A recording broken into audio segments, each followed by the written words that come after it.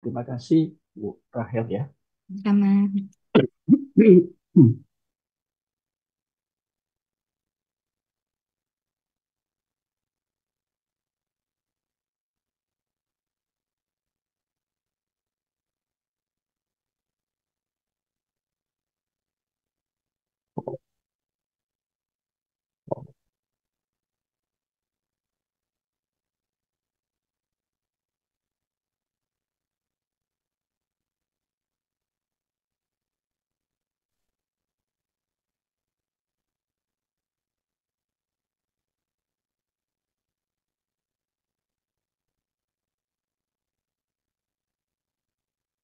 Saya besarkan sudah terbaca.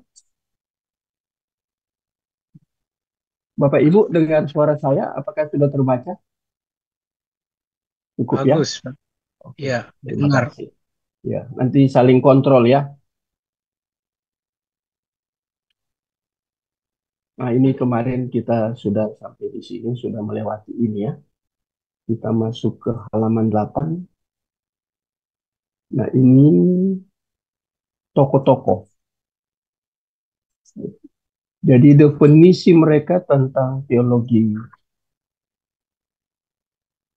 sistematika ya. Ini ada beberapa tokoh, tidak semua, tapi ini tokoh penting ya. Siapa tidak kenal apa Charles Fox ini ya. Ini orang yang sangat penting. Ini kebesaran saya kecilkan sedikit. Ini tahunnya ya. Oh, ini terlalu kecil. Tahun 1797 sampai 1878. Ya, bukunya saya punya buku secara fisik ya, cukup tebal. Jadi ia membicarakan tentang teologi sistematika menurut pandangan Charles Fox ini. Jadi dia berbicara tentang pengungkapan atau bisa kita katakan penyingkapan fakta kitab suci dalam urutan. Ini urutan jadi secara sistematis dan hubungannya yang tepat. Jadi ada urutan-urutan dan hubungannya yang tepat dengan prinsip-prinsip kebenaran umum yang terkandung dalam fakta-fakta itu sendiri. Jadi dia bicara ini kebenaran umum, tetapi dia katakan itu dalam Alkitab. Jadi kita harus hati-hati memahami apa yang dimaksud oleh Charles Fox ini ya. Jadi dia bicara tentang kebenaran umum yang berhubungan dengan kitab suci. Kemudian ada penekanannya ini urutan. Jadi artinya secara sistematis. Ini tokoh yang sangat penting ya. Kemudian dikatakan ini harus diselaraskan secara keseluruhannya. Jadi kita lihat ini definisi yang diberikan oleh teolog ini. Jadi ini harus diselaraskan. Apa artinya diselaraskan? Jadi semua doktrin itu artinya penting.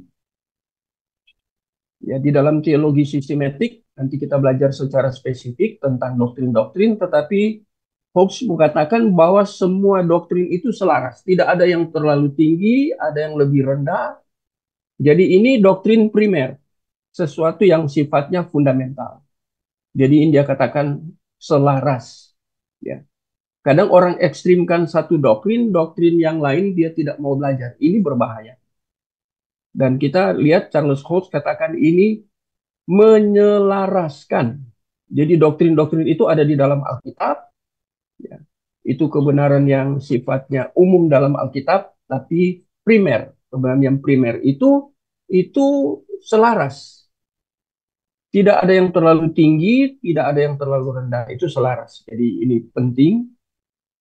Nah, penekanan ini dipusatkan pada fakta ini ya, dari prinsip dari Alkitab. Jadi Holmes mau menegaskan tentang teologi secara tepat dibedakan sebagai itu berbicara alamiah dan wahyu. Ini secara alamiah ini maksudnya wahyu umum. Nah, ini terjemahan ya. Jadi wahyu umum yang secara alamiah, natural ya. Dan wahyu khusus, ini wahyu ini khusus. Itu dia katakan harus dibedakan. Kalau kita meneliti tentang doktrin terkait dengan sistematik teologi, kita melihat di sini ada hal-hal yang memang beda, tetapi tadi di atas dikatakan oleh Hobbes sendiri itu selaras, tapi di sini juga dia menekankan tentang hal yang sifatnya natural, alamiah. Yang pertama berkenan dengan fakta alamiah sejauh itu membawa Tuhan dan wahyu, ya. Jadi kita kepadanya. Jadi hubungan terkait dengan Allah dan kita, umatnya ini, khusus ini ya, kepada kita kepadanya ya. Kita belajar doktrin sistematik teologi supaya maksudnya kita mengerti Tuhan melalui wahyu. Ya, kalau doktrin-doktrin itu berarti wahyu, menekankan tentang wahyu khusus. Itu yang pertama. Kemudian yang kedua berkaitan dengan fakta-fakta kitab suci. Nah, ini dari firman Tuhan itu sendiri, kemudian itu disebut dengan pola induktif. Ya, ini kurang kurang satu huruf. Nah, ini penting ya. Jadi Hobbes menekankan pembelajaran doktrin dengan pola induktif. Ini penting untuk kita tekankan ya. Ini apa yang dikatakan oleh tokoh ini. Jadi teologi sistematika adalah suatu sistem. Ya, itu ada dalam Alkitab. Kemudian ini berhubungan, berkoresponden, itu berhubungan dengan fakta-fakta dalam Alkitab. Dan dengan kebenaran yang dinyatakan Allah secara umum melalui ciptaannya dan semua peristiwa yang terjadi. Jadi di dalam alam ini wahyu umum, ya, ciptaannya, pokok-pokok kebenaran yang tersusun secara harmonis, kemudian konsisten. Ya, jadi pokok-pokok itu ada di dalam seluruh bagian-bagian Alkitab, ya, mulai Kejadian sampai Wahyu, itu ada, itu harus diharmoniskan, dan pokok-pokok itu menjadi tekanan yang sifatnya konsisten. Ya, tidak bertentangan di dalam umpamanya kitab Kejadian berhubungan dengan doktrin umpamanya terkait sistematika teologi. Kalau kita mempelajari tentang antropologi yang ada di dalam kitab Kejadian, kemudian kita melihat itu antropologi berhubungan dengan di dalam Injil Matius, kita melihat ada benang merahnya itu bersifat konsisten. Ya. Dan kita lihat khususnya antropologi itu juga terkait dengan bagaimana Yesus berinkarnasi. Itu ya, Yohanes 1 ayat yang ke-11. Karena dia menjadi manusia. Nanti kemudian kita melihat di dalam 1 Korintus itu disebut Adam akhir atau Adam kedua. Nah, itu berbicara tentang satu pokok di dalam area dari doktrin sistematik teologi. Dan semuanya berkaitan secara menyeluruh. Nah, kalau kita belajar tentang antropologi, tentunya terkait atau berkaitan dengan masalah hamartologi, tentang dosa. Karena yang berdosa kan manusia, itu terkait. Kita bisa cari itu di dalam setiap bagian-bagian Alkitab, artinya dalam kitab-kitab yang ada di Alkitab, kita bisa cari, kemudian kita bisa menemukan dan kemudian mengintegrasi antara antropologi dan hamartologi. Jadi saya menjelaskan apa maksud dari Charles Hobbes ini. Jadi ini menyatukan terpadu ya. Pembahasannya harus terpadu, tidak boleh berkontradiksi. Nah, ini orang lama menulis dalam bahasa Inggris, kemudian ditranslate dalam bahasa Indonesia. Kadang bahasa waktu lampau itu kemudian ditranslate ke dalam bahasa Indonesia muncul seperti menyatu atau memadukan pembahasannya. Artinya kalau bahasa sekarang itu kan mengintegrasi. Jadi doktrin-doktrin yang sifatnya lebih spesifik Itu kalau bahasa sekarang kan mengintegrasi. Tapi kalau bahasa ini tahun 17 seperti ini, itu kan disebut dengan memadukan atau menyatukan. Nah, jadi kita harus hati-hati di sini. Ya, karena ini bahasa Inggris, tulisannya ini dalam bentuk bahasa Inggris pada waktu zaman Charles Fox ini ya. Jadi kita lihat ini. Penting sekali toko ini, makanya kita mempelajari toko ini karena sangat penting. Siapa sudah pernah membaca bukunya Charles Fox? Sudah ada yang pernah baca? Yang kedua, kita melangkah ke yang kedua, Benjamin Wildfield. Ya, ini tokoh sistematik lagi, ya, teologi sistematika, teologi sistematik. Dia katakan ini ilmu yang menyangkal bahwa teologi sistematik adalah suatu disiplin ilmu sejarah. Ini kalimat ini bersifat kalimat sindiran ya. Ada kata negatif di sini ya. Ini ilmu yang menyangkal bahwa teologi sistematik adalah suatu disiplin ilmu sejarah. Ya, ini bicara tentang story ya, sejarah. Saya sudah pernah jelaskan tentang bahayanya kalau story itu kehilangan his-nya. Jadi history. Bapak Ibu bisa cari bukunya, ada 2 jilid. Nah, itu tentang history. Apa itu history? Kemudian bagaimana his yang menunjuk kepada Allah itu bekerja di dalam sejarah. Allah menjadi pemilik sejarah, apalagi sejarah yang ada dalam Alkitab, sejarah satu bangsa, umat pilihan. Jadi Allah bekerja di tengah-tengah umat pilihan, itu disebut dengan his story, his and story. Nah, ini rupanya Benjamin Wildfield ini membicarakan hal ini. Ya. Di awal-awal dia membicarakan tentang disiplin ilmu sejarah. Nggak bisa disangkalin ya. Dan menegaskan bahwa teologi sistematik berusaha menemukan bukan apa yang telah dianggap benar.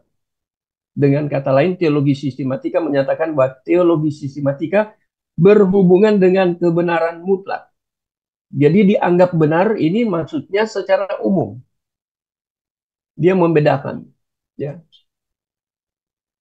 Bukan apa yang telah atau dianggap benar. Ini umum ya, secara general. Menurut orang umum benar.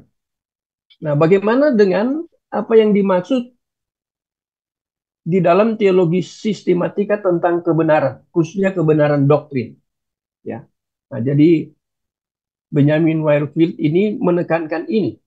Ini berhubungan dengan kebenaran mutlak. Jadi mutlak ya, absolut, kebenaran absolut. Ini sesuatu yang sangat penting. Jadi Alkitab itu bukan berisi ya. Nanti kalau saya katakan berisi, Alkitab berisi berarti saya sedang menekankan sesuatu yang menyebab. Kalau kita belajar tentang teologi ya, nanti Alkitab berisi firman Tuhan. Nah, itu pandangan apa Alkitab berisi firman Tuhan?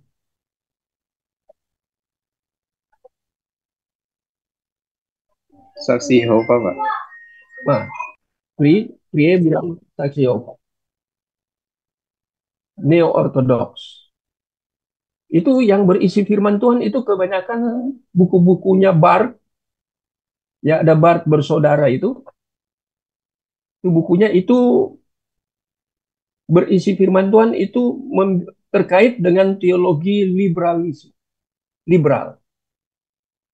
Ya, kalau kita membaca buku-bukunya Barth, apalagi kita kaitkan dengan Rudolf Bultmann, tokoh di Jerman yang sangat terkenal, sampai hari ini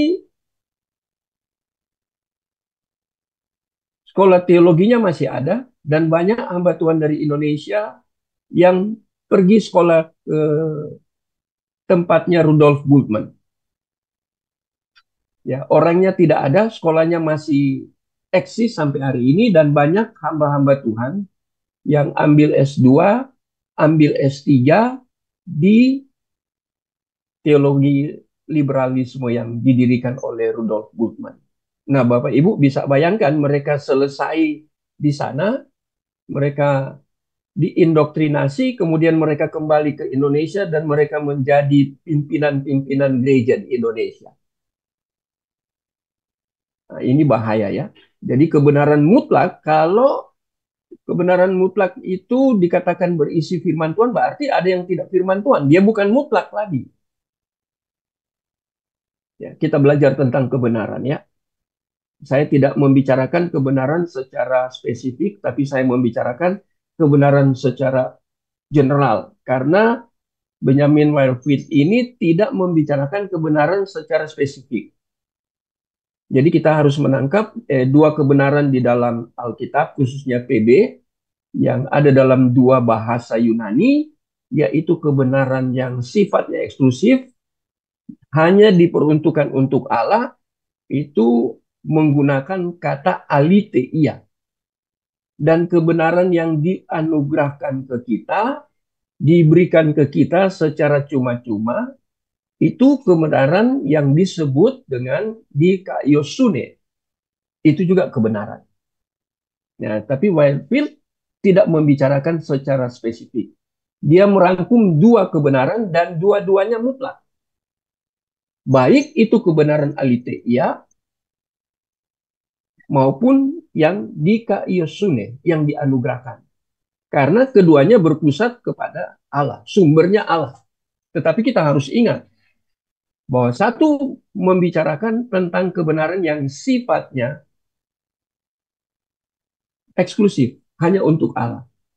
Tapi satunya, yaitu di kayu sunnah, membicarakan kebenaran yang diberikan kepada kita, dianugerahkan kepada kita, tidak untuk semua orang, tetapi khusus orang-orang pilihan, itu juga kebenaran mutlak yang Allah berikan kepada kita. Mungkin cara berpikir yang paling umum yaitu kebenaran yang dianugerahkan itu di kayu sunnah itu kebenaran yang memungkinkan kita untuk menjadi orang yang dibenarkan. Ya, pribadi yang dibenarkan. Ada kata kerja di situ ya, dibenarkan. Ya, nanti Bapak Ibu kalau mendalami secara biblikal yang kebenaran mutlak ini, khususnya terkait dengan dikaiosune, Bapak Ibu bisa cek itu kata dibenarkan itu. Ya, bisa cek. Kemudian di sini dikatakan oleh Warfield ini bertujuan mengorganisasikan ke dalam sistem semua kebenaran di bidangnya. Lihat ya ini. Ya, semua menekankan tentang ada semacam satu sistem yang harus kita anut, ya, khususnya kita orang-orang minimal, orang Injili, apalagi kalau orang reform ya. Saya sedang mencatat di sini tentang teologi sistematik ya. Saya tertarik dengan satu buku ya. Ini yang tulis ini Reformed Systematic Theology, Yoel, ya, Becky. Nah, ini ada dua penulisnya. Ya, kalau kita bisa miliki buku itu, kemudian kita mendalami, ini penting. Itu yang orang reform pegang. Tapi kalau kita lihat yang Wayne Grudem ini orang Injili, Grudem. Dia begitu besar di dalam dunia teologi sistematik, tapi dia ini orang Injili. Kita melihat ada penekanan-penekanan khusus. Tapi kita lihat di sini kebenaran mutlak ini dikatakan bertujuan mengorganisasikan. Nah, ini pakai kata di organisasi terkait dengan di manajemen ya, mengorganisasikan. Jadi manajemen itu artinya diatur sedemikian rupa tuh. Ya, kebenaran mutlak itu yang ada dalam Alkitab kita pelajari dan itu kemudian kita atur. Ya. Nah, ini ke dalam sistem semua kebenaran di bidangnya. Jadi kebenaran-kebenaran mutlak itu khususnya terkait dengan doktrin sistematika ini Ini dikatakan oleh Warfield ini dikhususkan, organisir ya, di-manage, diatur sedemikian rupa dengan satu sistem. Kita kumpulkan kebenaran-kebenaran di bidangnya. Kita sudah tahu ya tentang doktrin tentang manusia, doktrin tentang gereja. Itu maksudnya Warfield di sini. Dia tidak langsung menekankan tentang hal yang bersifat spesifik di dalam doktrin doktrin yang ada di dalam Alkitab terkait dengan sistematik teologi. Jadi dia tidak membicarakan langsung, tapi dia menggunakan kata mengorganisasikan atau mengorganisir. Jadi kita yang harus bekerja untuk melihat di dalam Alkitab. Kemarin saya sudah jelaskan umpamanya tentang soteriologi, sudah jelas ya, itu khusus kita melihat Allah mencari Adam, Adam, di manakah engkau? Itu Allah berinisiatif. Nah, di situ itu sudah membicarakan tentang keselamatan karena Allah mencari. Allah mengambil inisiatif mencari. Bukan manusia berdosa yang mencari, tetapi Allah yang mencari manusia berdosa. Itu di situ ada antropologi, sekaligus Allah mencari di situ, itu soteriologi. Kadang hal ini yang tidak diakomodasi, ya. Kemudian disampaikan di dalam pembelajaran atau disampaikan di dalam khotbah di gereja. Jadi Allah mencari manusia. Itu salah satu doktrin soteriologi sudah ada di Kejadian pasal 3. Begitu manusia jatuh dalam dosa, Allah berinisiatif mencari manusia.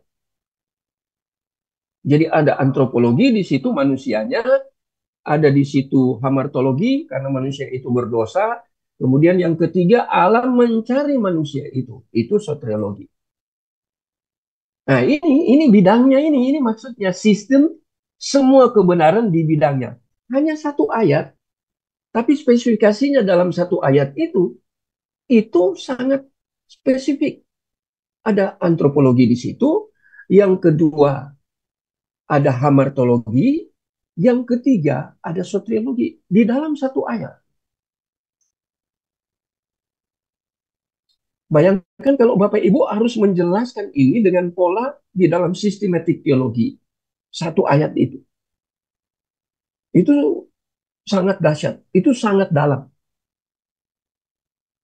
Jadi menekankan tentang manusianya, menekankan tentang dosanya, tapi menekankan tentang Allah yang mencari, mengambil inisiatif. Itu soter atau soteriologi di dalam sistematik teologi. Jadi itu terangkum di dalam satu ayat, 3 spesifikasi. Nah, ini yang kebenaran di bidangnya. Ini tulisannya bagus. Saya senang dengan Benjamin Warfield ini ya. Jadi mengorganisir atau mengorganisasikan ke dalam sistem. Saya buat sistem. Saya beri contoh satu ayat. Tapi di satu ayat itu kemudian saya mengorganisir. Oh, ini ada manusia di sini. Ada dosa. Ada Allah yang mencari. Nah, ini kan secara spesifik sudah masuk di dalam kategori doktrin terkait dengan sistematik teologi. 3 doktrinal di sini. Menarik ya? Nah, itu kebenaran di bidangnya. Kebenaran di bidangnya tentang antropologi Adam itu. Yang kedua, kebenaran di dalam soteriologi. Sorry. Di dalam hamartologi. Karena Adam berdosa. Yang ketiga, tentang soteriologi karena Allah mencari manusia. 3 itu. Itu yang dimaksud dengan kebenaran di bidangnya. Nah, ini satu ayat ini. Contoh-contoh seperti ini dalam. Ya. Jadi teologi terformulasi bukan di dalam ruang hampa. Ya, ruang hampa artinya ya kosong ya. Jadi kita berbicara omong kosong. Ya, Jadi teologi tidak menekankan itu ya, melainkan sebagai hasil hubungan secara integratif atau integratif antara teks Alkitab. Tadi saya gunakan teks di dalam Kejadian pasal 3. Allah mencari, Adam, Adam, di manakah engkau? Itu teksnya kan? Ya. Jadi hasil hubungan ini secara integrasi. Ini dia membicarakan tentang antar teks. Nah, bagaimana kalau kita lihat Allah mencari manusia berdosa, Adam secara khusus dalam Kejadian pasal 3. Itu bagaimana kita mengintegrasikan dengan teks yang lain. Umpamanya di dalam teks itu Allah mencari manusia berdosa. Apakah manusia itu diciptakan dalam keadaan berdosa? Nah, kita lihat teksnya, antropologinya. Nah, Kejadian pasal 2 itu ada hubungan. Jadi kita lihat itu antar teks di dalam Alkitab. Jadi kita menggali ya tentang bagaimana Adam dicari oleh Allah karena dia berdosa. Apakah memang sudah berdosa? Oh, ternyata di dalam teks lain tidak. Adam diciptakan serupa dan segambar dan serupa segambar dengan Allah. Itu ya. Nah, ini antar teks. Jadi itu diintegrasi.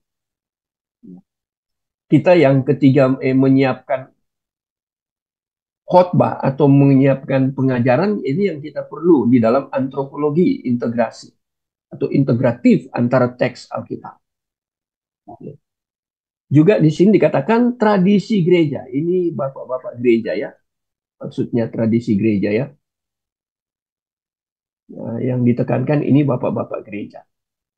Ya Bapak Ibu sudah tahu siapa di dalam gereja pada era posmo ini yang tidak mau tahu dengan ajaran daripada bapak-bapak gereja. Ya, ada penganut-penganut teologi tertentu di Indonesia, di dalam gereja, ya, yang tidak mau tahu dengan doktrin sistematik yang ada di dalam konsep daripada bapak-bapak gereja. Termasuk yang ribut-ribut ini ya, yang akhir-akhir ini ya, lagi booming itu ya tentang doktrin Tritunggal yang kemudian menyalahkan satu tokoh yang begitu besar ya, yaitu Tertullianus ya, konsep dia tentang Tritunggal ya, tentang pribadi itu kan dipermasalahkan habis-habis.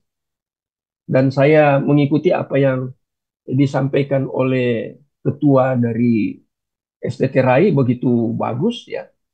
Buku-bukunya memang ada, saya sudah punya buku-buku yang beliau sampaikan tentang Tertullianus, begitu besar ya, begitu punya pengaruh dan pengaruh dia sampai hari ini tentang Tritunggal. Tapi ada orang pribadi tertentu dan kelompok tertentu di dalam gereja di Indonesia yang tidak senang dengan konsep daripada bapak-bapak gereja. Ya, mereka yang bangun teologinya ya. Kita di gereja masa kini diwariskan teologi yang dibangun oleh bapak-bapak gereja. Ini bicara tentang bapak-bapak gereja berhubungan dengan sistematika teologi ya. Jadi mereka sudah bangun konsep tentang kristologi, duinatur itu kan sudah dibangun. Itu dalam konsili keberapa? Ya, konsili-konsili itu penting ya. Nah, tapi ada orang-orang tertentu di dalam gereja tertentu di Indonesia ini yang tidak mau tahu tentang tradisi gereja. Mereka membuang tradisi gereja. Tidak perlu, itu kan tafsiran dari bapak-bapak gereja. Kita pakai Alkitab saja. Tuhan memakai bapak gereja. Apalagi yang saya dengar yang Pak Deki tekankan di bagian kedua atau bagian ketiga ya. Mungkin Pak Anton dengan Bu Li tadi ya. Mungkin lebih menangkap apa yang dikatakan oleh Pak Deki tentang oh itu pandangan pribadi. Nah itu ya. Itu bukan pandangan konsili. Tapi pandangan pribadi itu kemudian masuk di dalam konsili. Nah ini kan lucu ini. Padahal konsep-konsep yang dibangun oleh pribadi-pribadi pada waktu lampau itu seperti Agustinus itu kan mereka mempelajari Alkitab dengan serius, mereka menemukan di bawah pimpinan Roh Kudus menemukan kebenaran itu dalam Alkitab khususnya terkait dengan teologi sistematika. Dan itu mereka kemudian menulis, mereka bicarakan, mereka sampaikan dan itu terbahas sampai konsili, tapi itu dari pribadi. Kok bisa ada orang di Indonesia ini yang menganggap diri lebih baik, lebih pinter daripada bapak-bapak gereja? Nah, ini jadi masalah besar di kalangan para teolog karena tergabung di satu grup yang terdiri dari ketua-ketua sekolah teologi dan para dosen. Banyak yang sudah bergelar doktor. Tapi sewaktu-waktu bergelar doktor pun tidak menjamin bahwa teologinya bagus. Apalagi teologi sistematika. Bayangkan mereka mau buang Tertullianus itu. Ini baca bukunya seperti apa? Katanya punya buku, punya referensi yang menjadi pegangan. Referensi dari dunia mana ya? Nah, ini masalah ini. Memang teologi sistematika sering menjadi apa ya? Menjadi polemik di antara para teolog. Nah, itu terjadi khususnya di kita ya, Indonesia. Kemudian yang tentang tradisi ini, saya jelaskan sedikit ya. Ini saya bangun konsep pemikiran dari Benjamin Wildfield ini.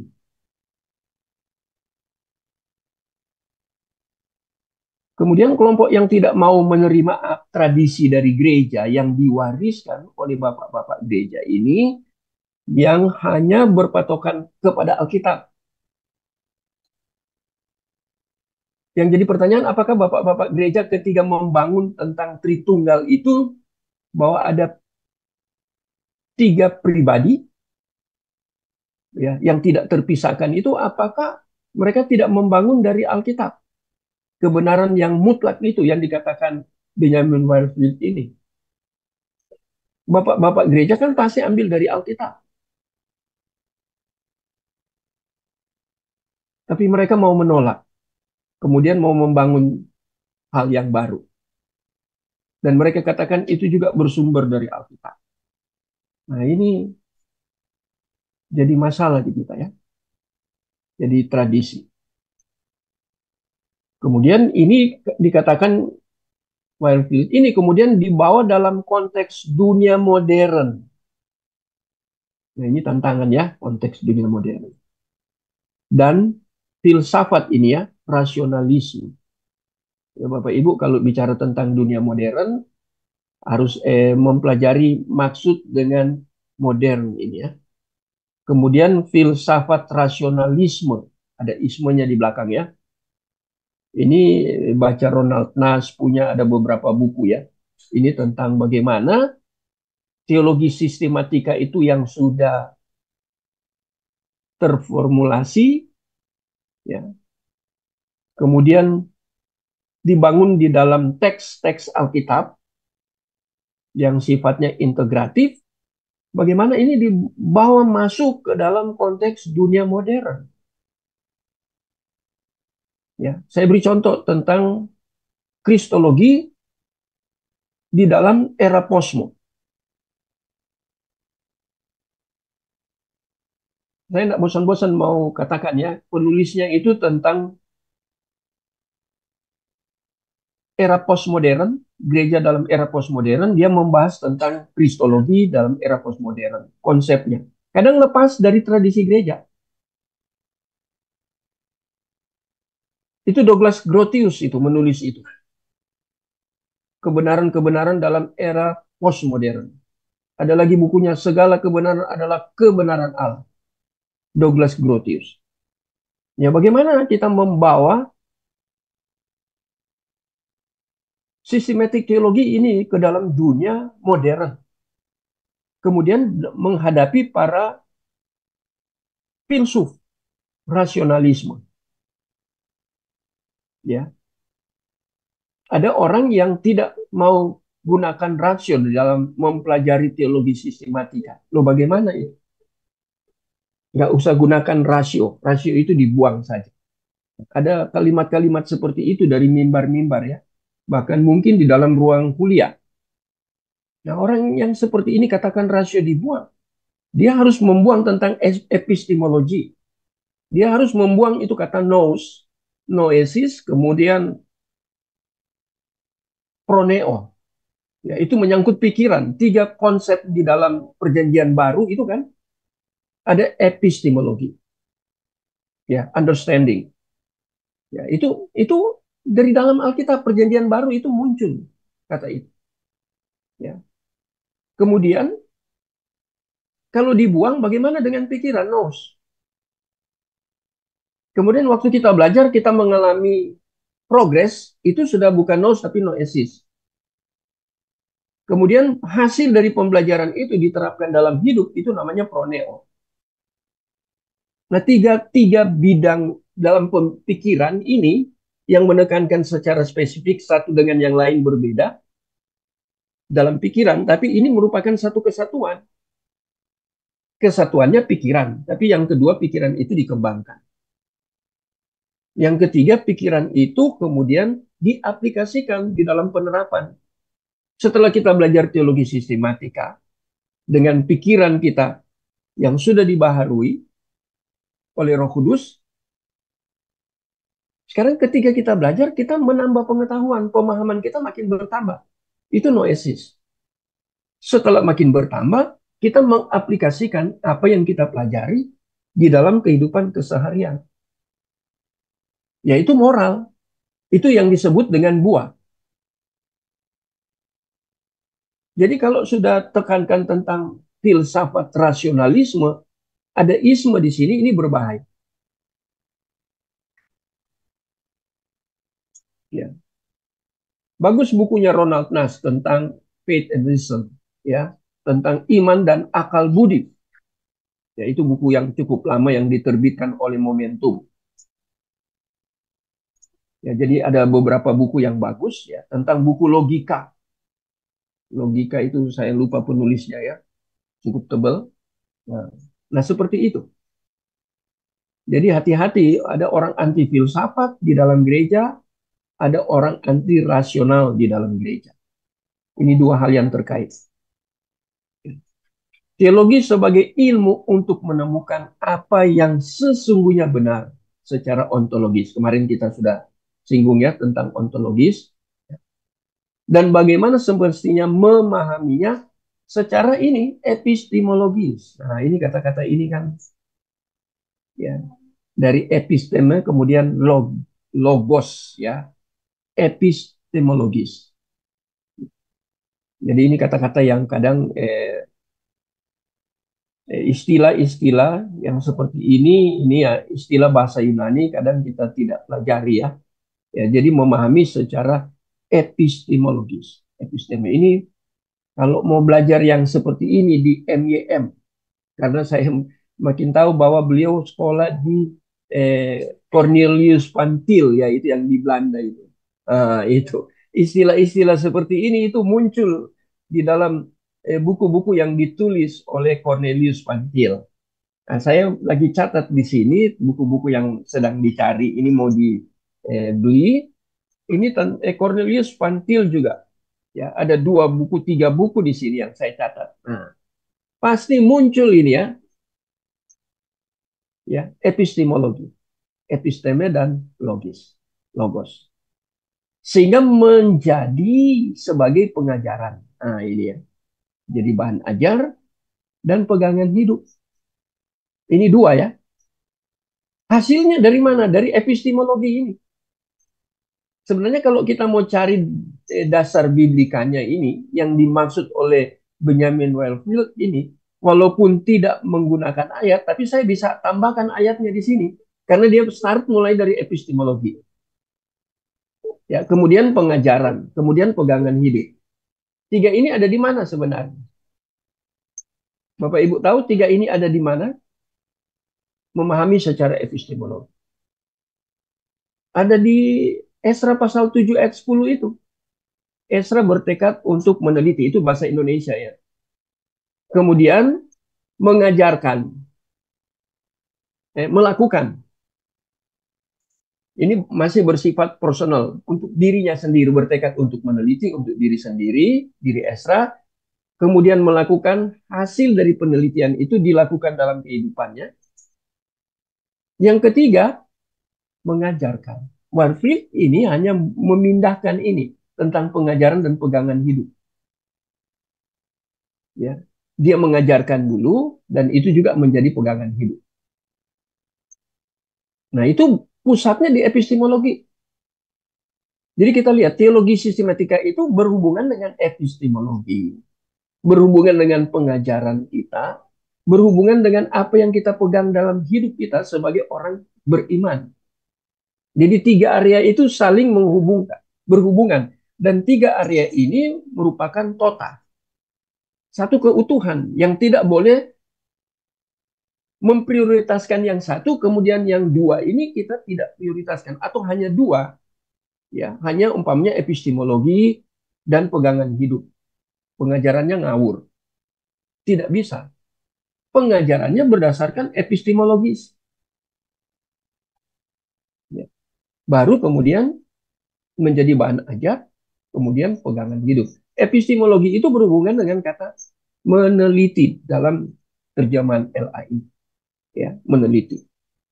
Saya lihat di dalam bahasa asli, kemudian bahasa Inggrisnya itu study. Belajar. Jadi belajar, tapi LAI menerjemahkan dengan meneliti. Orang yang meneliti adalah orang yang study, orang yang belajar. Baru Esra katakan melakukan apa yang hasil dari pembelajaran itu dilakukan. Kalau dalam bahasa perjanjian baru itulah buah, itulah karpos. Melakukan. Kemudian jadi pegangan hidup. Ya, pegangan hidup orang beriman. Karena kata hidup di sini yang ditekankan tentunya berhubungan dengan kehidupan spiritual, kehidupan rohani. Itu soe. Jadi saya pertajam apa yang dikatakan oleh Benjamin Wirefield ini ya.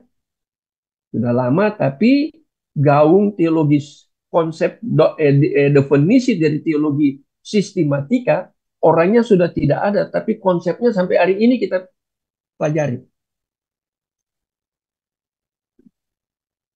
Jadi jangan buang, kita harus banyak banyak baca buku ya. Pak Deki itu saya lihat bukunya yang beliau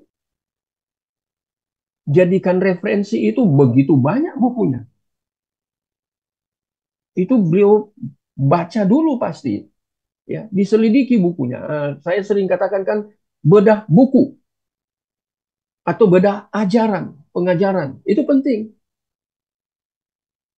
Saya rindu memang di Daskalia ini ada bedah buku atau bedah ajaran. Saya sudah ikut di kelompok yang lain ya. Ada teman-teman dosen juga, para dosen di beberapa sekolah teologi, kemudian buat satu aktivitas yaitu tentang bedah buku atau bedah ajaran. Saya sudah 2 tahun ikut itu ya. Bagus juga. Supaya orang yang bedah buku itu tujuannya mempelajari buku-buku yang akan dia bedah. Kalau dia menjadi narasumber, dia harus baca buku, kemudian dia buat PPT seperti ini, baru kemudian dipresentasi, baru ada tanya jawab. Nah ini bedah buku atau bedah ajaran melalui buku. Nah ini buku pegangan dari yang diberikan oleh Benjamin Wirefield ini dalam teologi sistematik. Begitu dalam, ya, itu menjadi pegangan hidup kita. Tapi hidup di sini ya, konteksnya bukan hidup secara natural, ya, bios, tapi hidup di sini berhubungan dengan hidup beriman, berarti hidup yang sudah diselamatkan. Menjelaskan artinya pegangan hidup ini aja saya harus jelaskan. Saya menangkap apa yang dimaksud oleh Benjamin Wirefield ini ya, tentang teologi sistematika berhubungan dengan pegangan hidup, dengan pengajaran, dengan epistemologi. Jadi 3 hal ini ya, menjadi satu kesatuan secara utuh. Itu total ya, dalam bahasa Latin, keutuhan. Untuk itu integrasi antara teks. Nah, ini penting kan. Ini orang hebat ya. Benyamin ini hebat ya. Integrasi antara teks dan konteks. Nah, sebenarnya saya tergelitik ketika saya menyusun ini, saya tergelitik tentang teks dan konteks. Nah, saya mau beri contoh ya ini ya. Bapak Ibu tolong buka dan tolong baca bagian terkenal ya tentang iman. Teks dan konteks ini ya. Roma pasal 10 ayat 17, Bapak Ibu sudah kenal ya. Mari salah seorang baca Roma 10 ayat 17. Saya mau jelaskan ini integrasi antara teks dan konteks. Roma pasal 10 ayat 17. Silakan baca.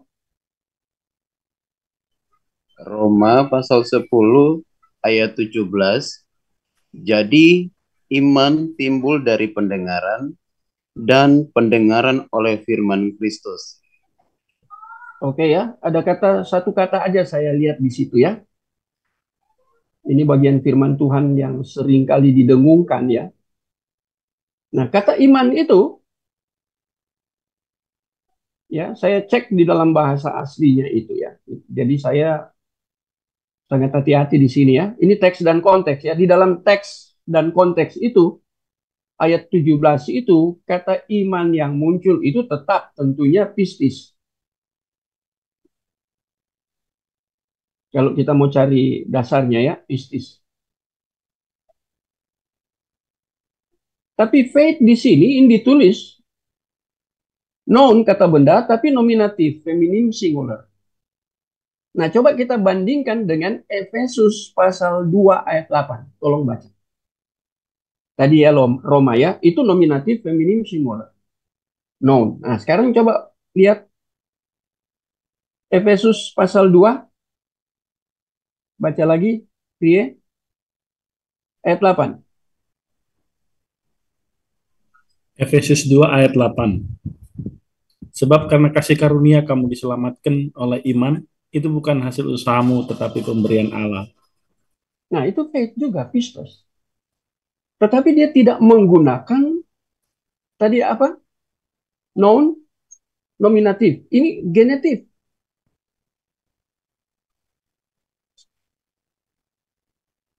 Kalau orang yang tidak memang sampai ke dalam belajar lebih spesifik ke dalam bahasa Yunani, kelihatan kan hanya iman. Saya pernah menulis ke satu kelompok YouTube tentang dua hal ini sama-sama iman. Tetapi satunya dalam kata sandang itu bentuknya tunggal, ya sama-sama pistis, tapi dia itu nominatif. Apa bedanya nominatif dengan genetik? Sehingga saya katakan bahwa seringkali orang berkhotbah secara keliru karena tidak tahu ini. Ada perbedaan di situ, sama-sama iman. Mengapa khotbahnya bisa keliru? Karena dia berkhotbah, dia menggunakan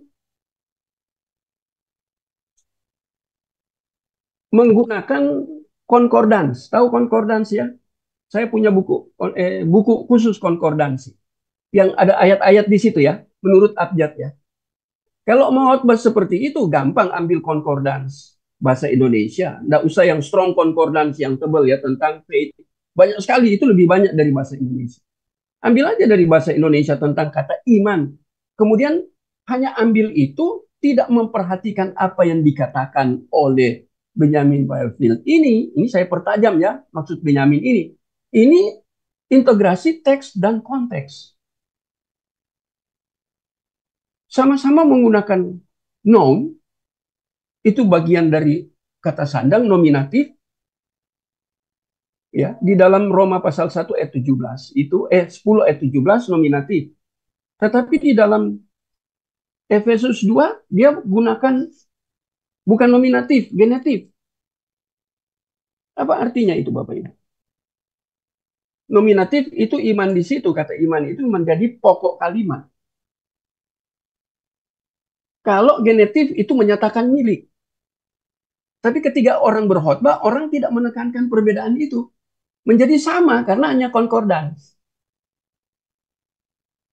Tetapi Bapak Ibu yang belajar biblical, kemudian mengintegrasi dengan teologi sistematika, kalau Bapak Ibu mengeksegese itu, Bapak Ibu harus jelaskan.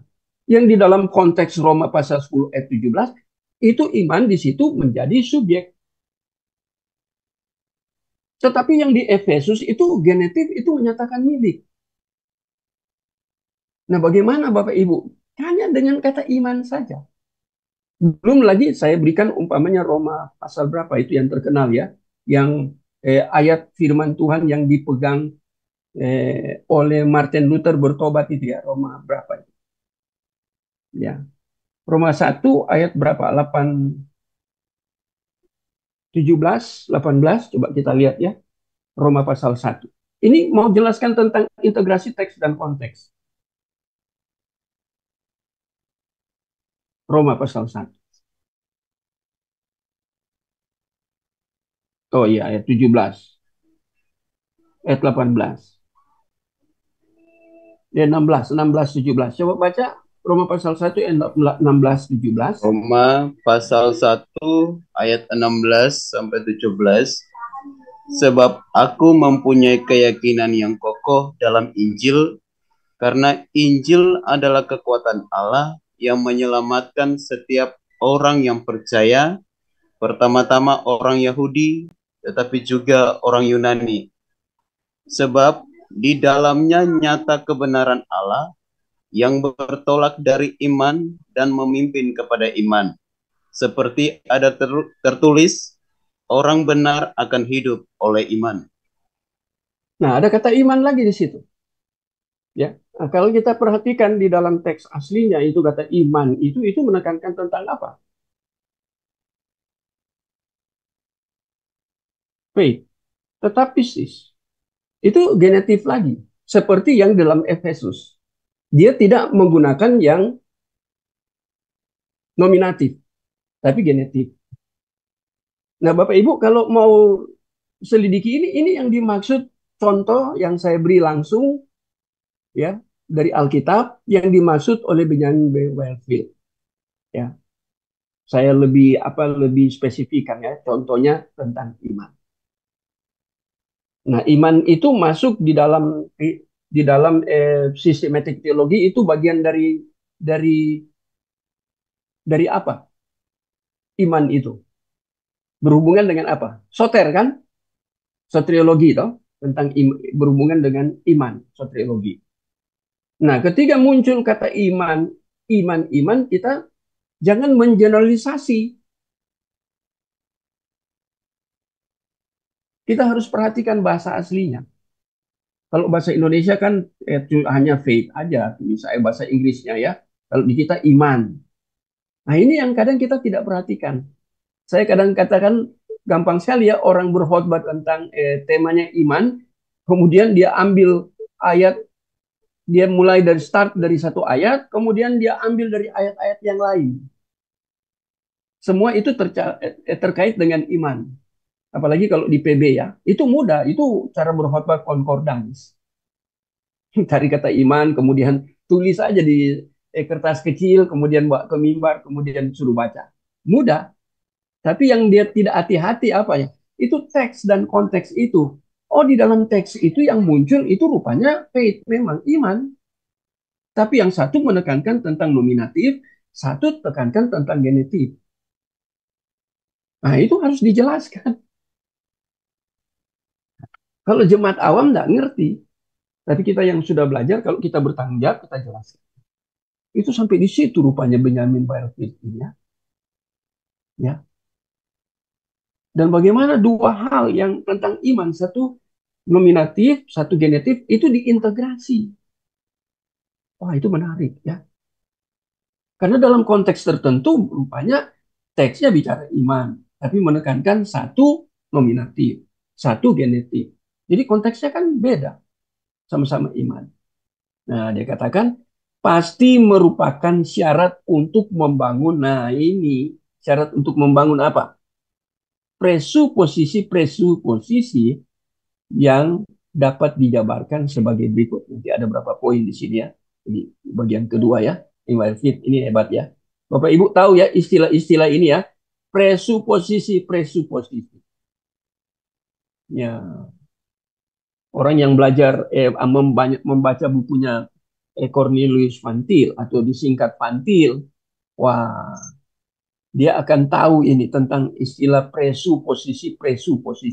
Saya baca buku-buku lain yang ditulis oleh teolog dari luar itu ya, yang berkualitas. Mereka hanya tulis presuposisi, tapi mereka tidak jelaskan apa itu presuposisi. Kalau Van Til dia jelaskan itu, ya, titik awal untuk orang ketiga belajar, kemudian dia menangkap sesuatu, titik awal itu. Nah, titik awal itu berada di mana? Berada dalam pikiran dia, atau titik awalnya berada di dalam teks Alkitab itu sendiri. Nah, kalau dia menggunakan pikiran dia dengan cara dia membaca Alkitab, maka bahayanya apa? Dia memasukkan pikirannya ke dalam teks Alkitab. Artinya apa Bapak Ibu? Dalam hermeneutik. Artinya dia tidak mengeksegese, tetapi dia mengeisegese. Nah, ini presuposisi ini syarat untuk membangun presuposisi. Kita harus lihat integrasi teks dan konteks. Luar biasa ini Benjamin Wellfield. Tahun berapa dia sudah bicara tentang ini, menulis tentang ini. Dan kita bisa membaca sampai hari ini. Itu dahsyatnya ya, ada orang-orang seperti ini, teolog-teolog yang seperti ini. Ya. Kalau memang kita mau menjadi teolog, menjadi seorang pembelajar teologi yang kuat, ya, yang bertanggung jawab. Jadi kita memperhatikan teks konteks itu. Kemudian dari sana ini syarat untuk membangun presuposisi. Ya, titik awal dari yang kita mau sampaikan, umpamanya saya mengajar seperti ini, titik awalnya ada di saya atau di dalam firman Tuhan. Konteksnya dalam teologi sistematik. Dasarnya kan harus firman Tuhan. Oke, kita sudah ambil Alkitab, kita baca. Tapi waktu kita mau mengerti, memahami firman Tuhan, yang bahayanya kita bisa masukkan pikiran kita, pemahaman kita dari diri kita sendiri ke dalam firman Tuhan. Itu dalam hermeneutik, itu eisegese. Kalau dalam hermeneutik, yang harus kita bukan eisegese, tetapi eksegese. Ambil dari bagian Alkitab, dari teks dan konteks itu kita gali, kita ambil. Itu namanya eksegese. Nah, sekarang kita melihat penjabaran dari apa yang disebut dengan integrasi teks dan konteks, khususnya dalam membangun presuposisi. Jadi titik awal. Ini menarik.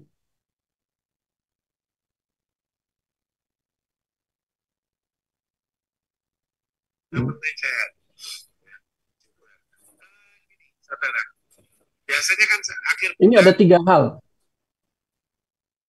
Ada tiga hal yang ditawarkan oleh Benjamin Wellfield tadi ya. Realitas pokok bahasannya. Nah, kalau dalam sistematik teologi, ya kita mau bahas tentang yang mana? Secara spesifik. Antropologi kah? Kristologi kah? Properteologi kah? Ini kan masih bicara hal yang di dalam tema-tema spesifik dari teologi sistematika atau doktrin khusus, ya. Louis Berkhof menulis itu ya dalam beberapa jilid buku yang terjemahan bahasa Indonesia. Dulu bahasa Inggrisnya hanya satu buku, cukup tebal. Sekarang sudah diterjemahkan ya. Nah, ini pokok bahasan. Nah, itu Louis Berkhof kan menulis tentang apa itu antropologi. Apa itu soteriologi? Kan dia menulis secara spesifik ya. Nah, di dalam antropologi kan luas lagi. Nah, spesifiknya apa? Pokok bahasan di dalam antropologi yang mau ditekankan tentang apa? Nah, ini disampaikan. Bangun presuposisi pokok bahasannya apa? Artinya temanya apa? Tema spesifik. Kemudian bagian B. kapasitas pikiran manusia untuk memahami, menerima, merasionalisasikan pokok bahasan tersebut. Jadi tema khusus ya. Kristologi kita mau bahas apa dalam kristologi? Yesus memerdekakan. Itu ada ya. Artinya ini berhubungan dengan soteriologi ya. Dari belenggu dosa. Berarti ada Kristus, pekerjaan dia memerdekakan. Bagaimana cara dia memerdekakan? Itu bagian dari soteriologi dihubungkan dengan kristologi dan memerdekakan itu terhadap manusia berdosa. Antropologi lagi di situ. Nah sekarang kita mau tekankan tiga itu di dalam Yesus datang untuk memerdekakan orang yang dibelenggu dosa kan. Nah, itu kan. Nah, sekarang pokok bahasan itu harus kita pikirkan. Nah, pikiran sini ya, nous tadi ya. Kemudian nous itu harus dinalar. Saya punya buku cukup tebal, temanya itu batas nalar. Ya mungkin 400 hampir atau 500 halaman ya. Tentang batas nalar. Nah, kapasitas pikiran ini ditekankan oleh Benjamin Wirefield ya. Ya, kapasitas pikiran manusia. Pribadi kita punya kemampuan berpikir dan bernalar, menangkap apa yang dibahas di dalam pokok itu, yang punya dasar biblikalnya dari mana kita bangun konsep sistematik teologi. Kita punya kemampuan berpikir. Kalau kita sudah biasa berpikir, itu enak. Kalau nggak biasa berpikir, wah itu sangat sulit ini kemampuan ya, kapasitas. Umpamanya kita tidak biasa dengan doktrin sistematik teologi. Kita biasanya berkhotbah praktis-praktis saja. Begitu kita bertemu dengan doktrin di dalam sistematik teologi, wah kita jadi pusing tujuh keliling. Itu membuat kita rasa capek. Kok dalam satu ayat itu, ya, umpamanya di Yesus melepaskan orang dari belenggu dosa itu, hanya dia yang bisa melepaskan. Pribadi itu nggak bisa toh. Nah, pribadi itu siapa? Itu maksudnya di dalam konteks itu antropologi. Nah, di situ untuk melepaskan Yesus. Itu kristologi dan soteriologi masuk di situ karena Yesus sendiri itu bagian dari sistematik teologi, itu doktrin kristologi. Nah, kemudian kata melepaskan itu bagian dari soter yang dikerjakan oleh Yesus, melepaskan manusia dari belenggu. Wah, itu menarik. Nah, kalau kita nggak biasa berpikir, ini kapasitas pikiran. Kita nggak biasa. Selalu kita bicara atau berkhotbah hal-hal praktis atau kita mengajar praktikal. Kelemahan kita dalam sistematik teologi. Wah, ini yang perlu kapasitas pikiran manusia. Untuk apa? Memahami. Oh, ada kristologi. Nah, kita paham. Oh, ada antropologi di situ. Oh, ada soteriologi. Nah, ini kan pemahaman. Kemudian menerima, artinya yakin. Itu kebenaran. Tadi ya, absolut. Itu kebenaran absolut. Baru kita merasionalisasikan. Ya. Tahu ya, merasionalisasikan pokok bahasan tersebut. Untuk kemudian kita ungkapkan di dalam argumentasi kita. Kalau kita jadi pengkhotbah, bagaimana kita menyampaikan hal yang terkait dengan sistematik teologi. Bagaimana kita mengelola itu, menyampaikan, merasionalisasikan. Kemudian kita sampaikan itu sebagai kebenaran. Nah, kadang orang nggak sampai ke situ. Benjamin Wirefield sudah sampai ke situ. Ini kita sudah tahun 2024 ya. Jauh sekali ya. Hamba Tuhan ini sudah pikirkan. Kita kadang nggak terpikir ke situ. Nah, itu bagian B. Bagian C. Suatu media komunikasi yang dengannya subjek tersebut dipahami. Jadi kita komunikasikan. Tentunya dengan jemaat. Ya. Supaya mereka memahami ajaran Alkitab dengan tepat. Dengan konkret. Jadi di situ tidak ada wilayah abu-abu ketika kita membicarakan kebenaran. Ini tugas kita, ini yang tidak gampang. Ya. 3 hal disampaikan oleh Benjamin Whitefield. Menarik ya. Jadi, Whitefield berusaha menempatkan teologi sistematika dalam bingkai ilmu. Karena kenapa ilmu? Karena kita pelajari. Tapi saya ingatkan ya, ini bukan ilmu umum. Ya, ini kebenaran yang mutlak berhubungan dengan wahyu khusus. Kita Alkitab toh wahyu khusus, bukan wahyu umum. Nah, bingkai ilmu. Jadi ilmu itu kita pelajari yang sedang bangkit. Nah, dia hubungkan dengan era modern waktu zaman dia. Sebab ilmu modern menekankan bahwa kebenaran itu adalah dengan cara objektif seperti pokok pertama di atas. Nah, itu yang A itu ya. Dan merasionalisasikan seperti 2 pokok di bawah. Nah, jadi objektif berdasarkan realitas, kemudian merasionalisasikan itu berbicara tentang pokok yang B, itu kapasitas kita, kemudian kapasitas kita itu bisa kita komunikasikan dengan jemaat. Nah, ya, subjek tertentu ya, dalam hal ini subjeknya jemaat. Nah, jemaat juga terbagi. Bagaimana kita bicara tentang iman di sekolah minggu? Nah, itu kan jemaat. Subjek kita harus perhatikan. Bagaimana kita berbicara di tengah kaum ibu, kaum bapak, atau di jemaat umum, atau di remaja, di pemuda. Ya, itu spesifik. Tapi dasarnya, esensinya tidak boleh hilang. Teologi sistematikanya tidak boleh hilang. Esensinya ya. Jadi ini. Oke. Bagian kedua selesai ya. Cukup panjang bagian kedua. Sekarang bagian ketiga, Louis Berkhof. Oh ini ya, lihat tahunnya ya. 1873, 1957. Nah, saya tidak menulis di sini ya. Whitefield ini orang Reform.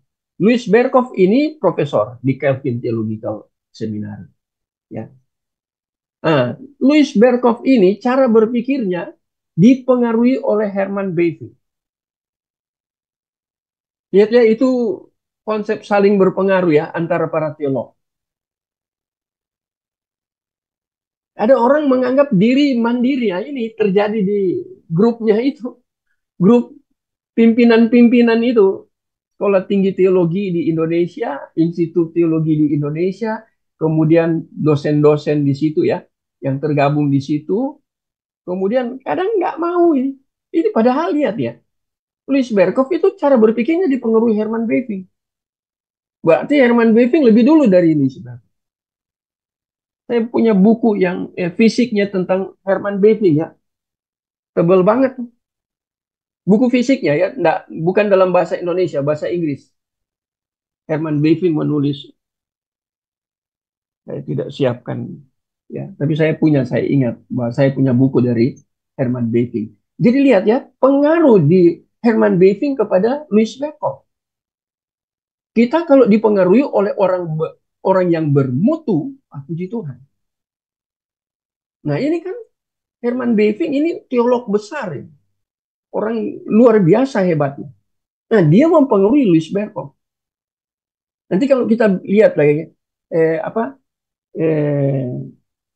John Frame, dia dipengaruhi oleh siapa? Siapa tokoh yang pengaruhi dia?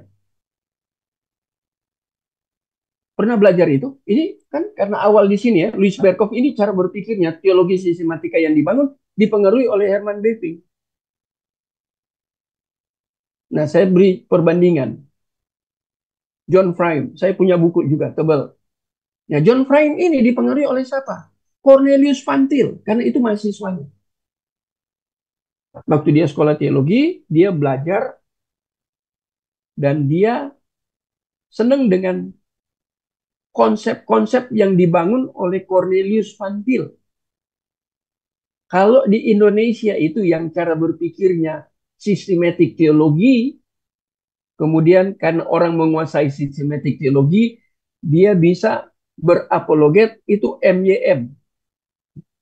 Itu dia sangat dipengaruhi oleh Cornelius karena dia sekolah di sana. Di Belanda itu. Ya.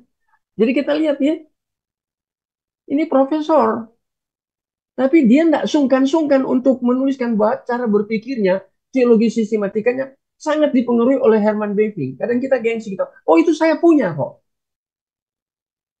itu dari saya.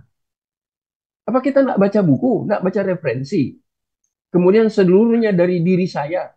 Tuhan kan bisa memakai orang lain. Saya sebut satu nama tapi pakai inisial, ya. Ada JT itu JT, wah dia bilang nggak perlu dipengaruhi oleh apa yang bapak-bapak gereja, nggak perlu. Lantas dia nggak dipengaruhi dia, pasti dia bohong. Dia sudah punya gelar doktor, pasti dia belajar. Nah sekarang waktu dia belajar, orang yang mengajar apa tidak gunakan referensi? Pasti gunakan referensi. Bisa ngomong seperti itu ya? Ini orang jujur nih, profesor loh. Bukan di Indonesia, Calvin Theology Seminary, Theological Seminary. Ya. Bagi Berkhof, teologi sistematika harus dimulai dengan doktrin Allah, proper theology. Jadi kalau mau belajar teologi ini harus mulai dari Allah. Wah, ini menarik ya. Sebab itu ketika belajar teologi sistematika harus menempatkan dua presuposisi. Apa itu? Yang pertama Allah ada. Jadi startingnya dalam teologi sistematika mulai kata Berkhof itu harus mulai dari Allah. Allah ada. Jadi ini dia menekankan hakikatnya, bicara tentang Allah. Ya, hakikat Allah. Yang kedua, Allah telah menyatakan dirinya. Nah, ini penyataan ya. Jadi membukakan, menyingkapkan tentang dirinya. Melalui apa? Nah, kita sudah tahu pasti. Wahyu khusus. Lihat ya, Bavinck. Ya, dia menekankan, bukan Bavinck, Louis Berkhof. Menekankan tentang dua presuposisi. Titik awal ketika kita ingin membangun teologi sistematika. Doktrin awal yang harus dipelajari. Dikatakan oleh Berkhof, yaitu doktrin tentang. Saya membaca bukunya siapa yang sudah diterjemahkan dalam bahasa Indonesia. Saya lupa ya, tentang antropologi itu ya, tentang siapakah manusia. Oh menarik sekali itu buku itu. Itu terbitan dari Momentum. Dia menulis beberapa buku. Saya karena member di situ maka dikirim ke saya. Terus dikirim buku-buku ya dari Momentum. Jadi saya banyak sekali buku dari Momentum. Ya, karena sudah puluhan tahun saya jadi membership di situ. Anthony Hoekema, baru saya ingat ya. Ya ini memori, tambah umur tambah kuat memorinya karena baca terus ya. Nah, dia menulis tentang antropologi. Itu menarik sekali dia menulis. Ya. Apanya yang menarik? Ketiga, Allah menyatakan wahyu khusus bicara tentang antropologi khusus. Dia katakan di bawah kolong langit ini kalau mau lihat Allah itu kepada siapa? Nah ini Allah ada kan? Kalau di dalam dunia ini, di kosmos ini, mau lihat Allah itu di siapa?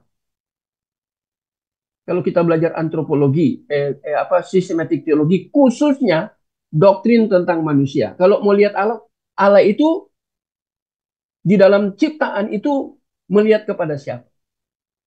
Oh, Bapak Alam Ibu, semesta lah. ya, antropologi bukan alam semesta, Kri. Oh,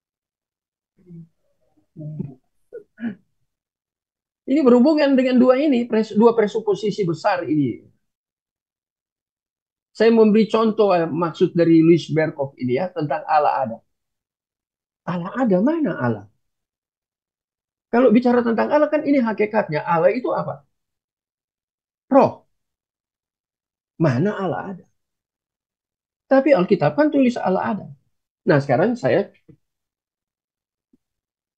kembali ke bagian B. Allah menyatakan dirinya melalui wahyu khusus. Salah satu terkait dengan antropologi, wahyu khusus terkait dengan sistematik teologi, spesifikasinya antropologi. Nah sekarang Allah menyatakan dirinya di dalam dunia ini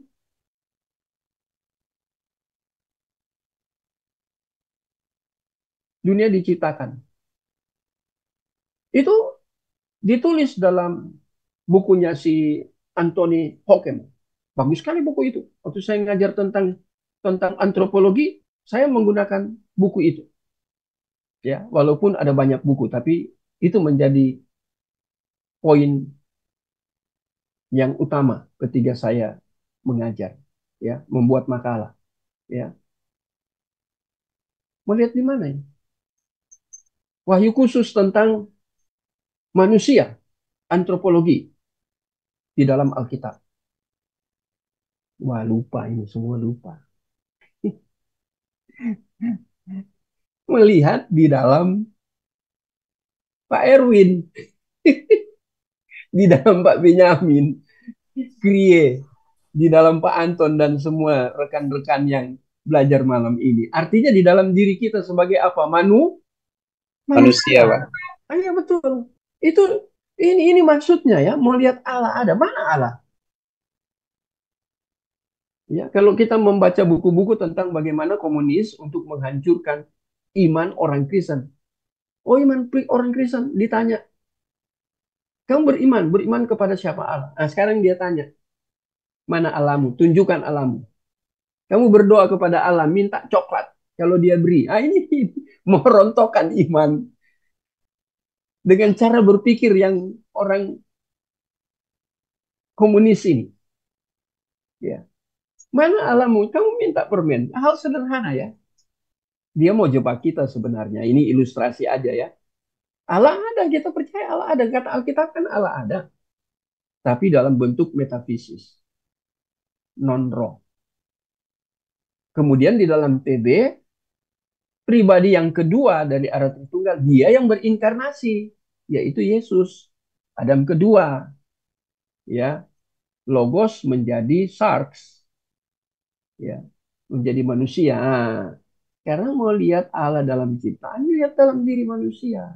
Mari kita buka Mazmur pasal 8. Lupa ini.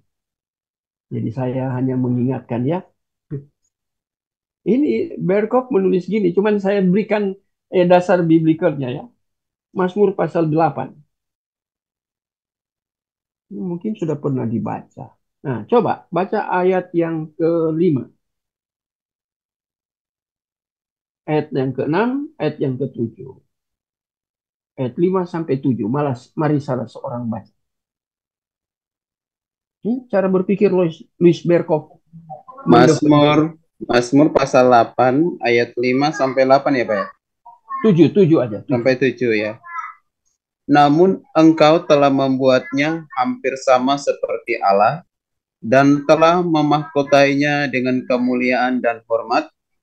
Engkau membuat dia berkuasa atas buatan tanganmu, segala-galanya telah kau letakkan di bawah kakinya. Nah, Kambing domba. Oh, sudah. Iya, Baca Pak. ayat yang kelima tadi kelewat ya. Ayat Oh iya, kelima. Pak. Ayat 5 ya, Pak ya? Iya. Namun engkau telah ayat 5. membuatnya Ayat hampir. 5. Apakah ayat 5 Oh. kan? Oh, ini di ayat yang keempat Pak, kalau di saya. Iya. Oh ya, beda. Nah, coba. Apakah manusia sehingga engkau mengingatnya? Apakah anak manusia sehingga engkau mengindahkannya? Nah, itu kan. Siapakah manusia? Yesus datang berinkarnasi untuk siapa? Kambing kah? Sapi kah? Tumbuh-tumbuhan kah? Untuk manusia. Ya. Makanya dia menjadi manusia. Nah, itu kan. Ya, apakah manusia sehingga engkau mengingatnya? Ya, ini bahasa antropomorfisme ya. Ada Allah punya memori, mengingat ya. Punya memori seperti kita manusia. Berarti Allah itu seperti manusia, berarti pribadi. Nah, ini si JT bilang bukan pribadi. Si JP juga bilang bukan pribadi. Sehingga Indonesia heboh dalam seminar kemarin. Loh kok mengingat itu kan sebagai pribadi dia mengingat. Allah merasakan, iya kan, Allah punya perasaan. Itu bahasa-bahasa teologinya yang memang secara akademik ya, antropomorfisme. Ya, Allah punya ingatan seperti manusia, gambaran seperti manusia. Ya, Karena manusia itu diciptakan serupa segambar dengan Allah. Mirip Allah, mahkota ciptaan. Allah mirip manusia, berarti pribadi. Kok si JP ini gara-gara satu kata hipostasis itu sudah rame luar biasa. Disambung lagi dengan YT, YP sambung YT. Jadi heboh lah di grup, jadi ribut. Lantas taruh di YouTube, dibaca oleh para polemik, tambah rame. Makanya muncul semua itu ya. Dibaca oleh polemik-polemik dari agama seberang. Tambah rame. Oh, ini, itu, ini. Alasannya macam-macam. Di besar-besar. Bagi saya, biar mereka seperti gitu ya. Memang harus ada. Kita berapologet. Ya. Muncullah Pak Deki dengan Pak siapa Pangeran, MYM, Pak Esra, mereka orang-orang terdepan lah sekarang ini ya dalam dunia apologet yang sangat dikenal ya. Ada Budi Asali di Surabaya ini ya. Mereka itu yang maju ya. Ada siapa lagi ya kalau saya bisa sebut ya, tapi nama-nama itulah. Mereka ingin menunjukkan ya itu tentang kebenaran tentang Allah, khususnya Tritunggal itu. Yang jadi rame oleh para yang ngakunya dirinya teolog. Nah ini saya hanya memberi gambaran ini ya, berhubungan dengan kata Allah menyatakan diri melalui wahyu khusus. Allah, Allah ada, kemudian menyatakan diri dalam wahyu khusus. Saya tadi berikan contoh tentang antropologi. Ya, nah sekarang sambung. Kedua presuposisi ini kemudian dapat ditindaklanjuti dengan metode Triterian. Triterian. Ya ini tentang apa? Triterian ini kan tentang doktrin Tritunggal. Ya, doktrin Tritunggal. Metode, ini metodenya Triterian. Ya tiga unsur ya. Bahwa pengetahuan tentang Allah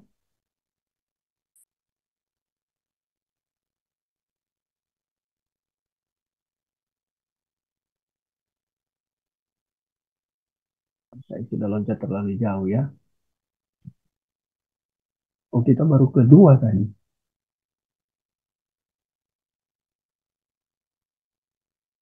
Oh ini Luis Berko. Oh,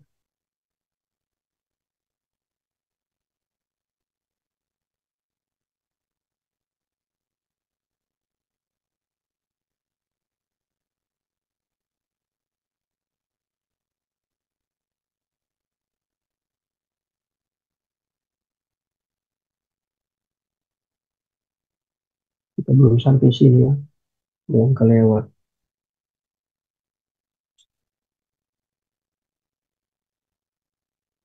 Nah ini Luis Berko.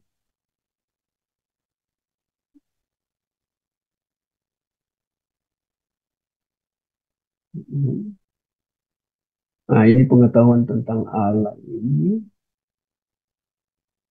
dipertimbangkan secara objektif dan subjektif. Nah ini Berkov ya. Mengapa dia pakai dua istilah ini ya, pengetahuan tentang Allah secara objektif dan subjektif. Mengapa Bapak Ibu? Ya, ini pakai metode Triterian.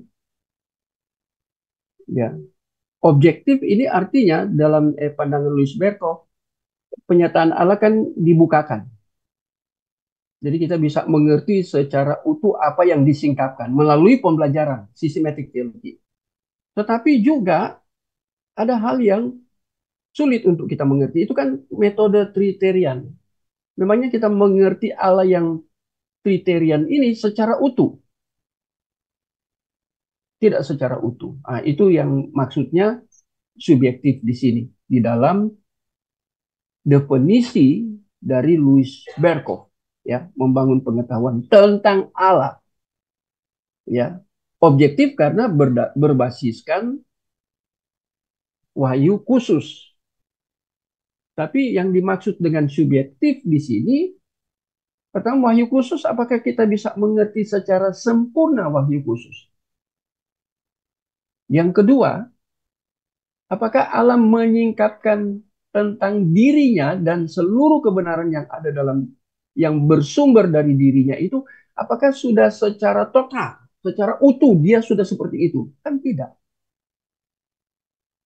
Hanya dia singkapkan berhubungan dengan soter di dalam,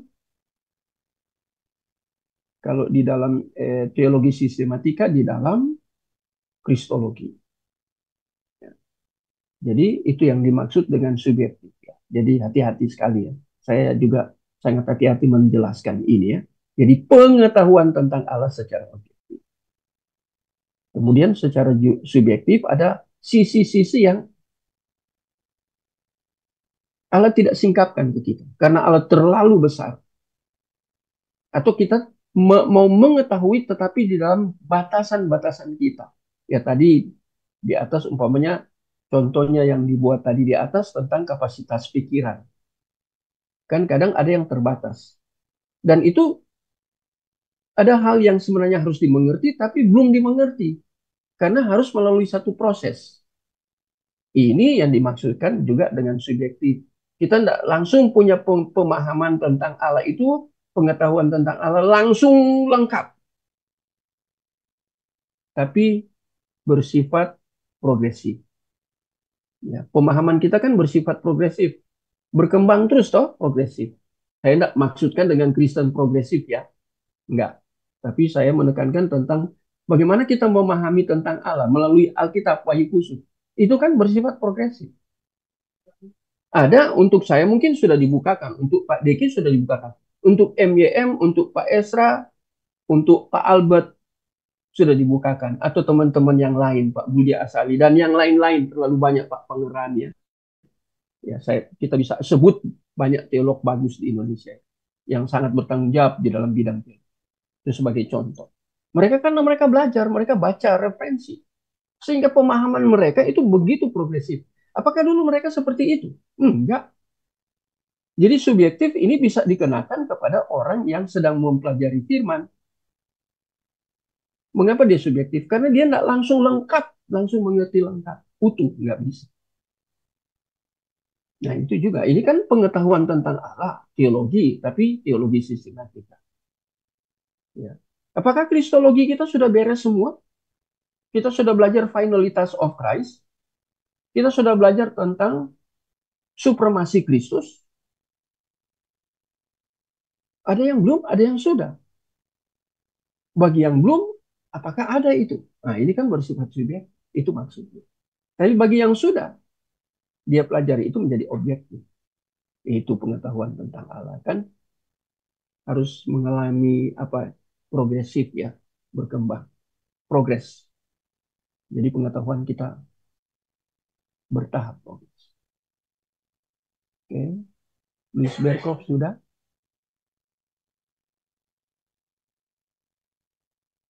Yang keempat, kecilkan sedikit, menarik. Cornelius Van Til. Nah, tadi sebut-sebut. Itu tahunnya ya. Profesor teologi dan apologetika di Westminster Theology. Dia sudah hijrah ke Amerika. Beliau adalah penggagas teologinya ini presuposisional. Jadi dia maksudnya Cornelius ini kalau kita membangun teologi sistematika dasarnya kita apa? Kita bukan hanya memakai Alkitab untuk kita baca dan kita berusaha memahami Alkitab. Itu perlu, penting. Tetapi waktu kita membangun pemahaman kita, ini disebut presuposisi, titik awal kita membangun pemahaman kita dalam teologi sistematik. Umpamanya tentang pneumatologi. Titik awal itu dari mana? Kita hanya menggunakan Alkitab, tapi kita menggunakan cara berpikir kita untuk mengerti Alkitab, atau firman Tuhan Alkitab ini kita memahami sebagaimana seharusnya kata Alkitab. Jadi pendekatan kita terhadap Alkitab ini namanya presuposisional.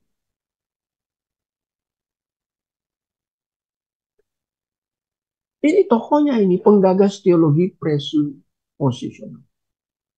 Jadi presuposisi yang ditekankan. Titik awal kita memahami kebenaran itu. Khususnya terhubung dengan sistematik. Bagaimana titik awal kita memahami tentang Tritunggal? Kok bisa ya Tritunggal itu apa? Nah, itu kan teologi sistematika. Bagaimana tentang Allah? Ya, itu bagian dari proper teologi yang besar yang harus kita pelajari secara detail. Nah, bagaimana kita presuposisi yang kita bangun ini? Pantil menulis ini. Ya. Kalau mau tanya lebih jauh karena orangnya langsung pergi ke sumbernya, pergi studi di sana itu MYM itu. Pasti kalau dia masuk YouTube itu tidak lari, Pantil itu. John Frame itu pasti diucapkan beliau. Saya perhatikannya. Jadi ini presuposisi kita ini penting. Banyak orang yang menggunakan Alkitab. Tapi waktu dia membangun presuposisi, bukan presuposisi Alkitab. Presuposisi dari pribadi dia. Dan itu bukan dilawan hanya oleh Pantil. Tetapi itu dilawan oleh Rasul Paulus. Dasarnya ada di Alkitab. Bapak Ibu kan saya sudah berikan ya. Ini presuposisi. Ketika kita mau memahami kebenaran, itu presuposisi kita di mana? Di kebenaran itu sendiri sumbernya. Atau dalam diri kita. Karena kan kita baca kebenaran itu. Ini Pantil tokohnya ini. Titik awal kita mengerti kebenaran. Baca lagi ya. Titik awal. Bisa salah loh. Kenapa bisa salah? Kalau kita menggunakan presuposisi kita, kita celaka. Tentang iman aja kita menggunakan presuposisi kita, celaka. Itu presuposisi yang antroposentris. Berpusat pada diri manusia. Pada diri pribadi, self. Ya. Pada diri kita. Wah, itu bahaya. Mari baca Roma pasal 10 ayat 2 dan 3. Ini kan berkali-kali. Ya. Ini yang Paulus maksudkan dengan presuposisi seorang hamba Tuhan yang sedang giat dalam pelayanan. Roma 10 ayat 2 dan 3. Baca lagi. Silakan. Dia mau baca tolong. Ada salah seorang baca? Roma berapa, Bapak? 10 ayat 2 dan 3. Roma 10 ayat 2 dan 3. Sebab aku dapat memberi kesaksian tentang mereka bahwa mereka sungguh-sungguh giat untuk Allah, tetapi tanpa pengertian yang benar.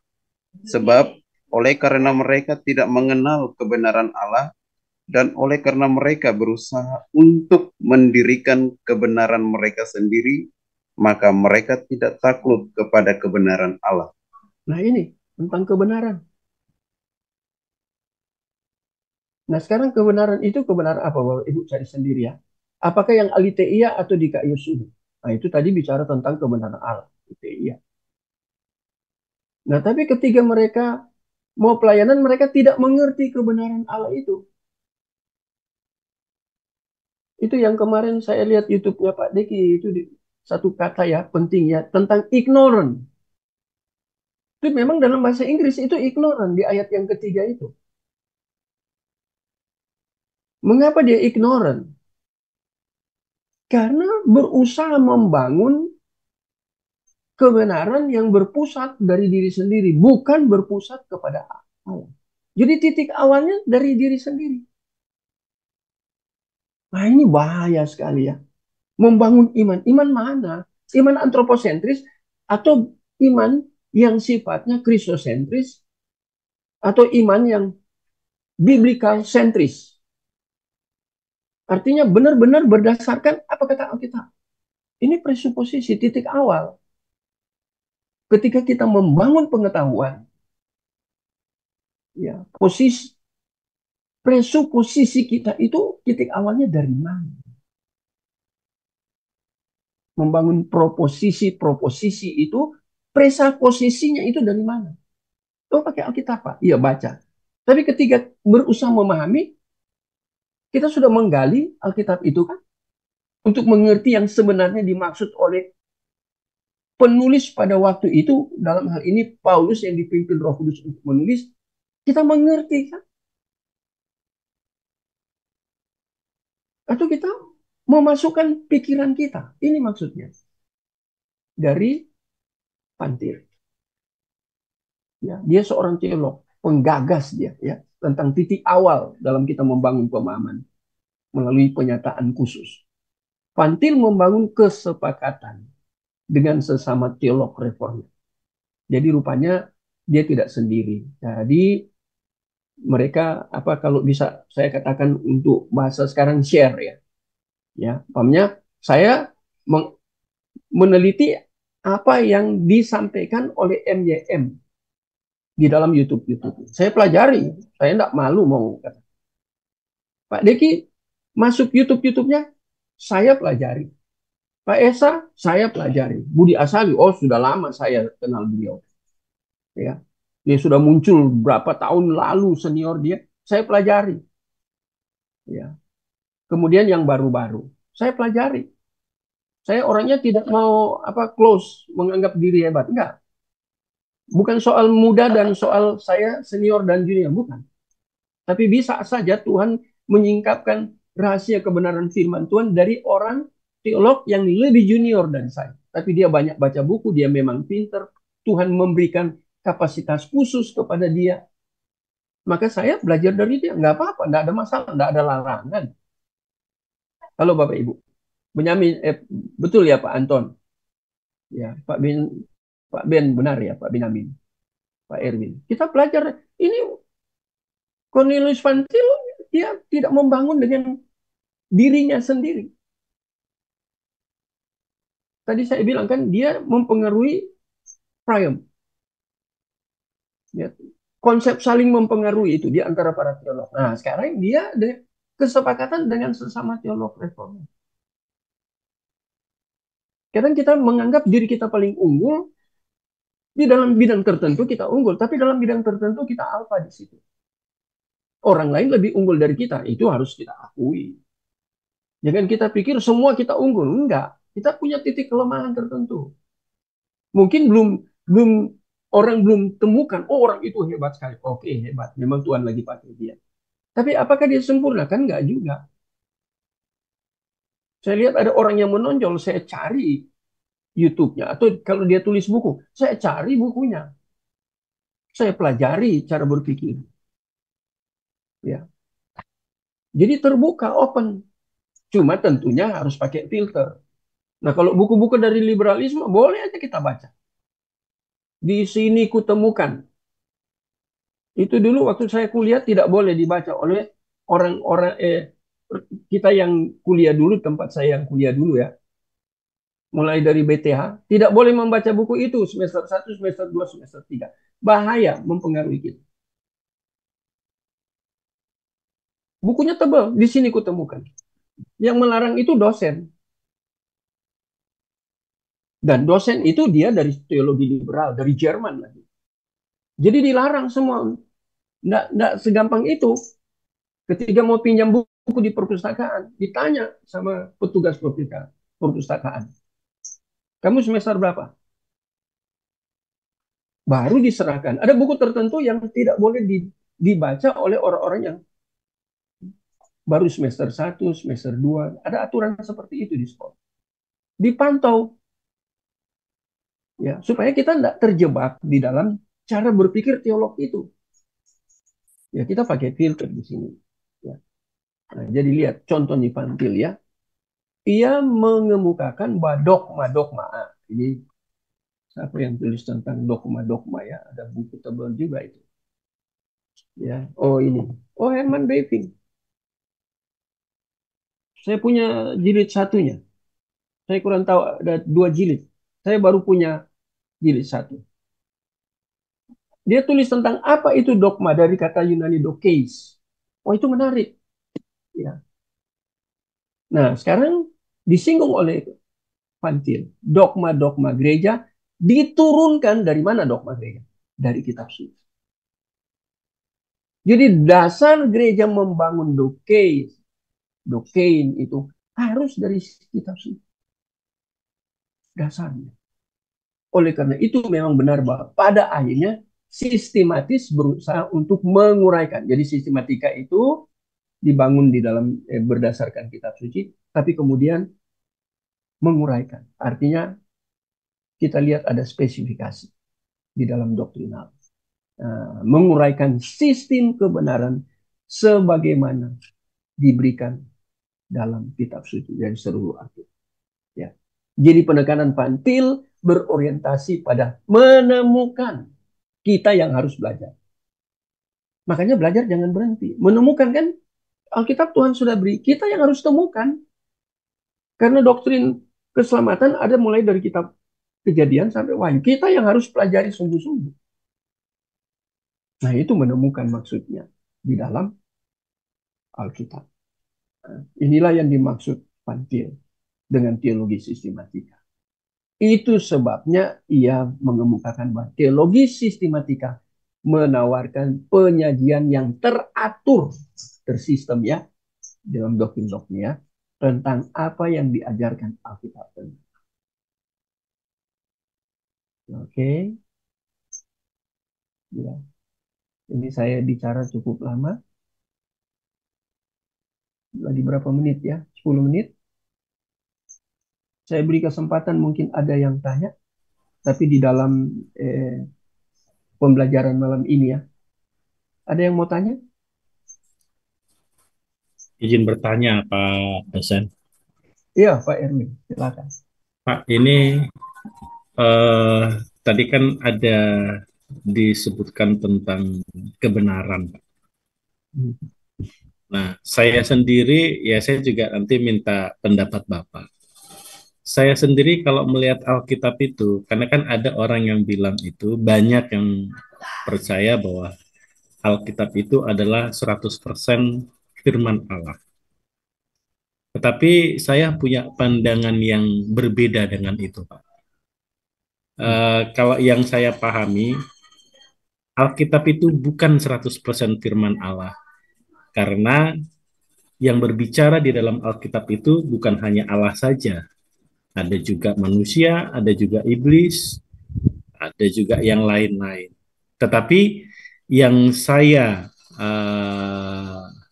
pahami dan yang saya pegang adalah Alkitab adalah 100% kebenaran. Entah itu yang siapapun yang berbicara di situ pada ujungnya adalah berbicara tentang kebenaran Allah, kebenaran rancangan Allah, kebenaran semuanya ya pada ujung-ujungnya adalah tentang Allah. Itu yang saya pahami walaupun memang kadang-kadang pandangan saya juga banyak yang tidak setuju. Mereka mengatakan bahwa ya itu 100% adalah firman Tuhan. Nah, tapi kalau saya lihat ya tidak semuanya firman Tuhan yang ada di Alkitab itu. Tetapi semuanya adalah kebenaran Allah, 100% kebenaran. Bagaimana kalau menurut Pak dosen? Terima kasih, Pak. Saya berikan dasar teologis itu, dasar biblikalnya. Nah, kita kan sudah tahu 2 Timotius 3 ayat 16. Kata segala itu bisa dicek dalam teks teks asli ya, kata segala. Ya. 2 Timotius 3 ayat 16. Segala tulisan. Jadi semua tulisan dalam Alkitab. Itu tulisan-tulisan dalam Alkitab itu kan bersifat apa yang disebut dengan theopneustos. Itu penulis hanya menulis apa yang Roh Kudus mau. Mungkin melalui pengalaman dia. Kemarin kan ribut di grup ya, di apa ya? Ada di satu YouTube yang saya analisis ya, yaitu oh ini si kayak nama itu kan, dia kan bilang tentang siapa nih? Apakah Lukas itu yang berdebat dengan Pak Esra? Lukas itu bukan murid, bukan rasul. Nah, itu kan jadi rame dengan Pak Esra di YouTube yang kemarin itu ya. Kemarin apa ya? Ya Pak, ini mungkin saya kadang lupa ya harinya, waktunya. Tapi dalam beberapa waktu. Kemarin Pak Anton ya, iya betul ya. Ini kan dia, tapi siapa yang pilih Lukas untuk menulis? Apakah Lukas menawarkan diri? Dia kan keberatan-keberatan seperti itu. Ya. Nah, itu berhubungan dengan 2 Timotius 3. Segala tulisan. Yang menulis kan pasti manusia, bukan Roh Kudus dong. Tapi yang mengontrol tulisan itu pasti Roh Kudus. Jadi semua mulai dari kitab Kejadian sampai Wahyu. Ketika di Ayub itu menjadi permasalahan. Saya mengerti Pak Erwin ngomong itu. Ketika Ayub datang kan berbicara ke Allah. Ayub bukan Ayub, setan ya. Berbicara ke Allah, minta izin. Dia izin. Dan itu dituangkan. Dituangkan di dalam wahyu khusus. Seizin siapa? Seizin Roh Kudus. Dia jadi sumber. Ketiga, penulis semua di dalam Alkitab akan menulis Alkitab, sumbernya bukan dari diri sendiri. Itu kalau sumber diri sendiri, itu yang saya katakan. Itu antroposentris, berpusat kepada manusia. Manusia dilibatkan di dalam menulis. Tapi mereka itu umat Allah pertama itu harus. Yang kedua, itu atas pemilihan Allah. Tidak sembarang penulis. Termasuk yang diberatkan sama si siapa ini? Kayak mana itu?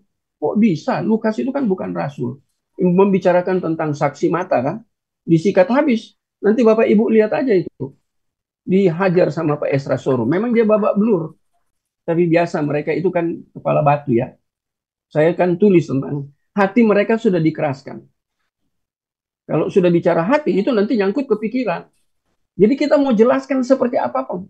Kalau dalam teologi Paulus kan sudah dikeraskan hati mereka. Allah sendiri yang bekerja. Hati orang yang tidak percaya dikendalikan oleh Allah. Dan itu nyangkut ke pikiran. Jadi kita mau jelaskan, Pak Esra sudah jelaskan bolak-balik. Ya, saya sudah lihat ya tentang masalah Tritunggal itu Pak Diki sudah jelaskan sudah sampai 3, mau lanjut lagi ke 4. Juga ada teman-teman yang lain. Tapi kalau hati orang sudah keras, dia berpendirian itu dari dia. Padahal kebenaran itu pusatnya dari Roh Kudus. Ya, segala tulisan yang diilhamkan Allah. Itu ya, Theopneustos. Jadi itu semua seizin Allah. Walaupun peristiwa itu melibatkan sampai raja-raja kafir kan. Firaun di Mesir. Mereka dilibatkan. Itu kita harus pelajari tentang apa itu his story. Kisah Allah di dalam sejarah. Sejarah Alkitab. Ya. Sejarah bangsa-bangsa Allah yang tentukan kalau kita pelajari benar-benar. Ya, itu Alkitab sih ungkapkan. Siapa yang kendalikan si Kores? Itu Raja Persia. Malah disebut dia hamba itu. Hambaku itu Kores. Allah yang kendalikan, bukan Kores sendiri punya mau. Nah, jadi seperti itu. Nah, sekarang lagi tambah dipertajam. 2 Petrus 1 ayat yang keberapa? 20 sampai 21. Coba salah seorang baca. 2 Petrus 1 ayat 20 ayat 21. Yang terutama harus kamu ketahui ialah bahwa nubuat-nubuat dalam kitab suci tidak boleh ditafsirkan menurut kehendak sendiri. Sebab tidak pernah nubuat dihasilkan oleh kehendak manusia, tetapi oleh dorongan Roh Kudus, orang-orang berbicara atas nama Allah. Nah, itu kata kunci di ayat 21, dorongan Roh Kudus. Orang berbicara atas nama Allah. Kalau di 2 Timotius kan tulisan, penulis. Nah, ini berbicara karena PL. Pada waktu Petrus menulis ini, PB belum ada. Nah, jadi Petrus lihat PL. PL itu semua dikatakan, itu diilhamkan.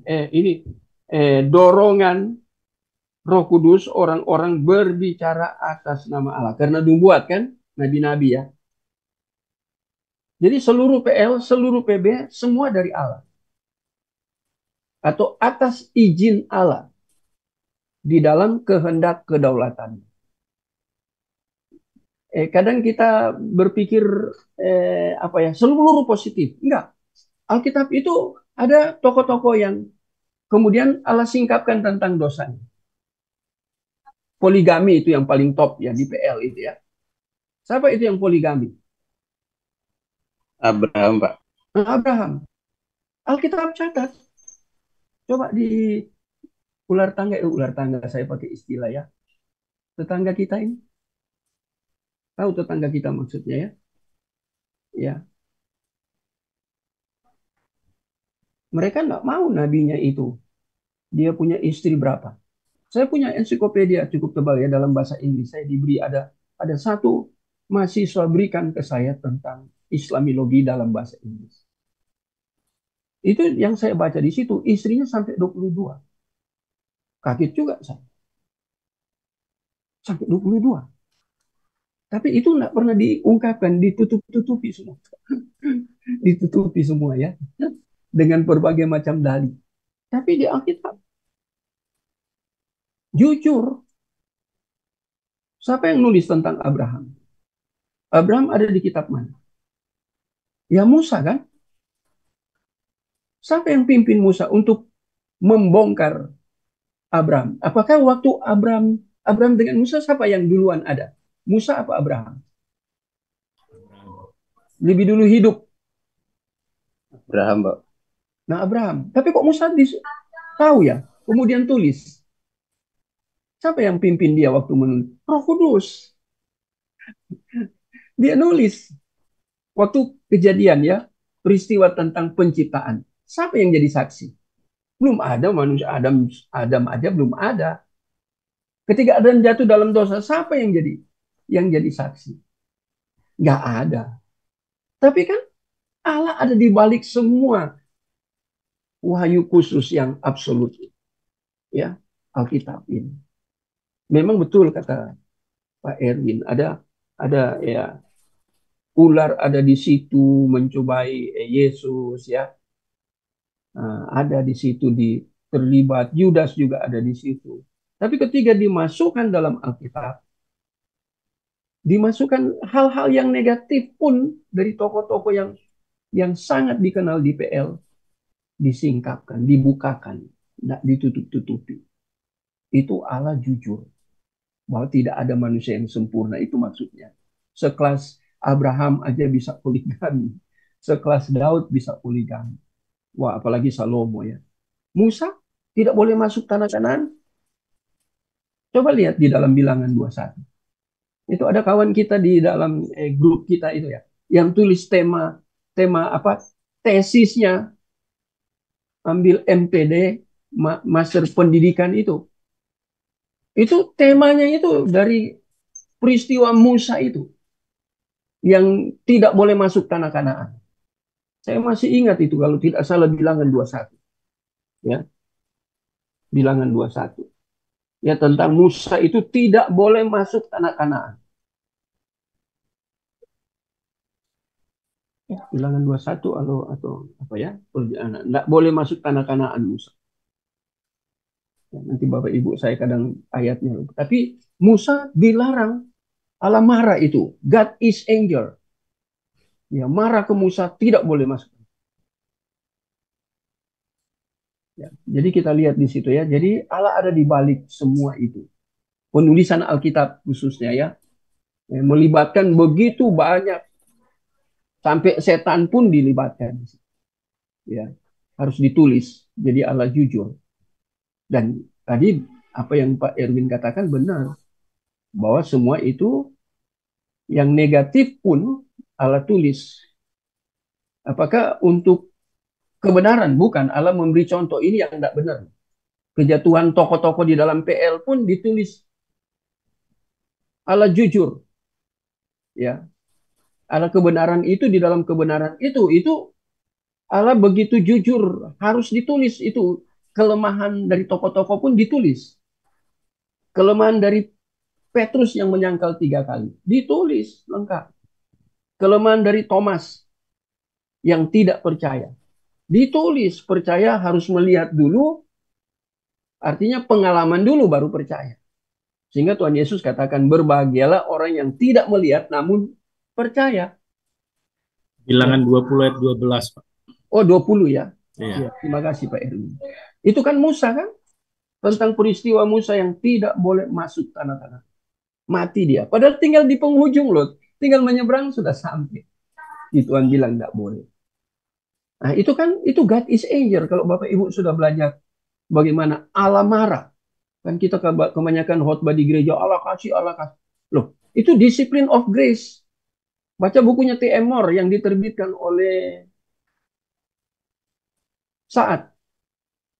Saya baca buku itu tentang Allah disiplinkan. Kemudian saya belajar dari beberapa hamba Tuhan juga buku, dan ada yang mengajar saya langsung dari Fuller Teologi.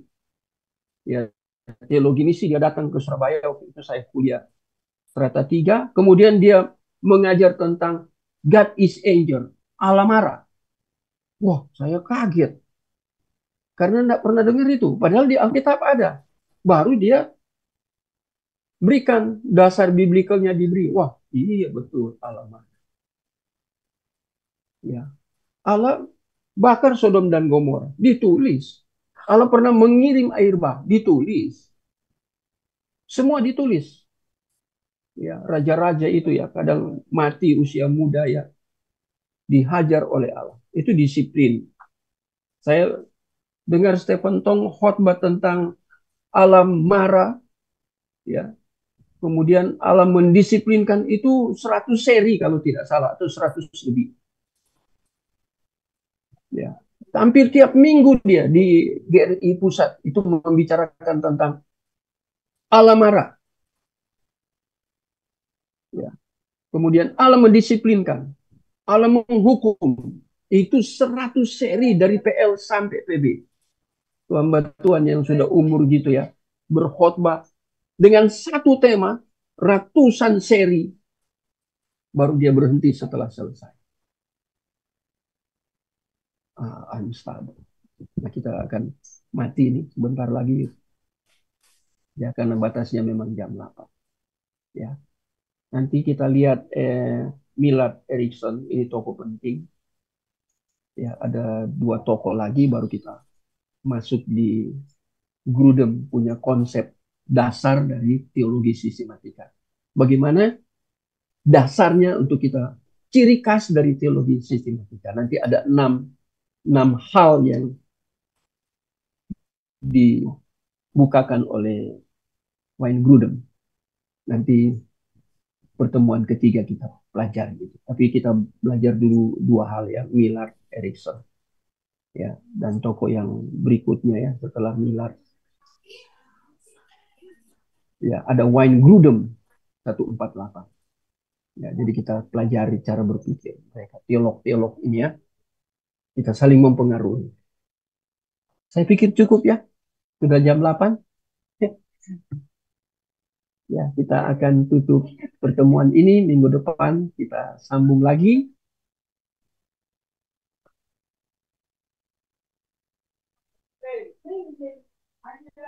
Oke.